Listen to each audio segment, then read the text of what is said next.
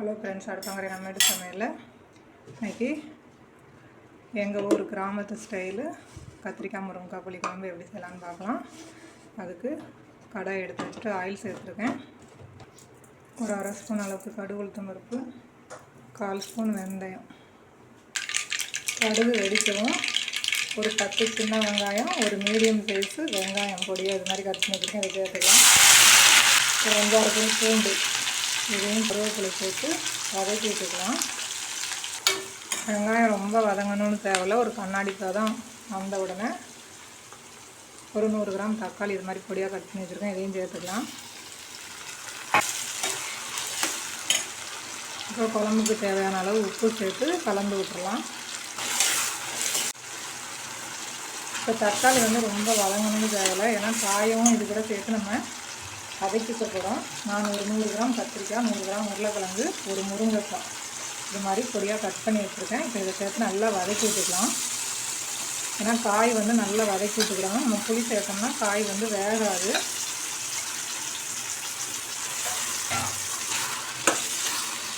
இப்போ காயை நல்லா வதக்கிட்டு நம்ம அதுக்கப்புறமா மசாலா சேர்த்துக்கலாம். காய் நல்லா வதங்கட்டும். காயை நல்லா இது மாதிரி வதக்கி விட்டுக்கிடணும். காய் இப்போ நல்லா வெந்துருச்சு. இப்போ நம்ம மசாலா சேர்த்துக்கலாம்.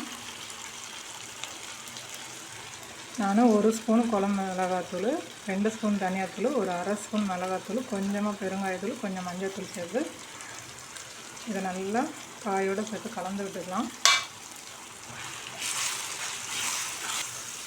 ஊரில் மல்லித்தூளும் மிளகாத்தூளும் மட்டும்தான் சேர்ப்பாங்க. நான் கொஞ்சமாக குழம்பு மிளகாத்தூள் சேர்த்துருக்கேன். அப்புறம் குழம்பு கடைசியில் தாளிப்பாங்க, நான் முதல்ல தாளிச்சிருக்கேன். இந்த மசாலாவோடு நம்ம காயை நல்லா கலந்து விட்டாச்சு. சின்ன லெமன் சைஸ் புளி கரைச்சி வச்சுருக்கேன், அதை சேர்த்துக்கலாம். இதையும் நல்லா கலந்து விட்டுக்கலாம். ஊரில் புளிக்குழம்புக்கு மெயினானது தேங்காய், கொஞ்சமாக ஜீரகம் போட்டு அரைச்சிப்பாங்க. நான் அது மாதிரி அரைச்சி வச்சுருக்கேன். 2 துண்டு தேங்காய், கொஞ்சம் ஜீரகம் போட்டு இப்போ அதையும் சேர்த்துக்கலாம். இப்போ நம்ம அந்த ஸ்டேஜில் உப்பெல்லாம் செக் பண்ணி கொதிக்க விடலாம் ஒரு 5 நிமிஷம்.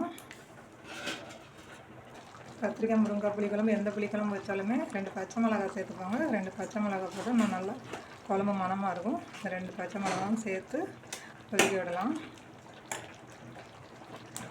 கத்திரிக்காய் முருங்கைக்காய் புளிக்குழம்பு சூப்பராக ரெடி ஆகிடுச்சு. எங்கள் ஊர் சைடு இது மாதிரி தான் புளிக்குழம்பு வைப்போம். நீங்களும் இது மாதிரி செய்து பாருங்கள். எப்படி இருக்குன்னு கமெண்ட் பண்ணுங்கள். மறக்காமல் நம்ம சேனலுக்கு ஆதரவு கொடுங்க. உங்கள் ஃப்ரெண்ட்ஸோட ஷேர் பண்ணுங்கள். அடுத்த ஒரு நல்ல வீடியோவில் சந்திப்போம். மெயினான ஒரு விஷயம் புளிக்குழம்புனாலே நம்ம பூண்டு வெந்தயம் சேர்த்துக்கிடணும். அப்போ தான் அந்த குழம்புடைய டேஸ்ட்டும் மனமும் சூப்பராக இருக்கும். கண்டிப்பாக செஞ்சு பாருங்கள். இந்த மாதிரி செய்யும்போது நல்லா சூப்பராக இருக்கும். பாருங்கள், காயெல்லாம் எவ்வளோ நல்லா வெந்து தளதளன்னு இருக்கு பாருங்கள். நல்லா காயை நம்ம வதக்கிக்கிடணும், இல்லைன்னா காய் வேகாது. அவ்வளோதான், நம்மளோட குழம்பு சூப்பராக ரெடி ஆயிடுச்சு. நன்றி, வணக்கம்.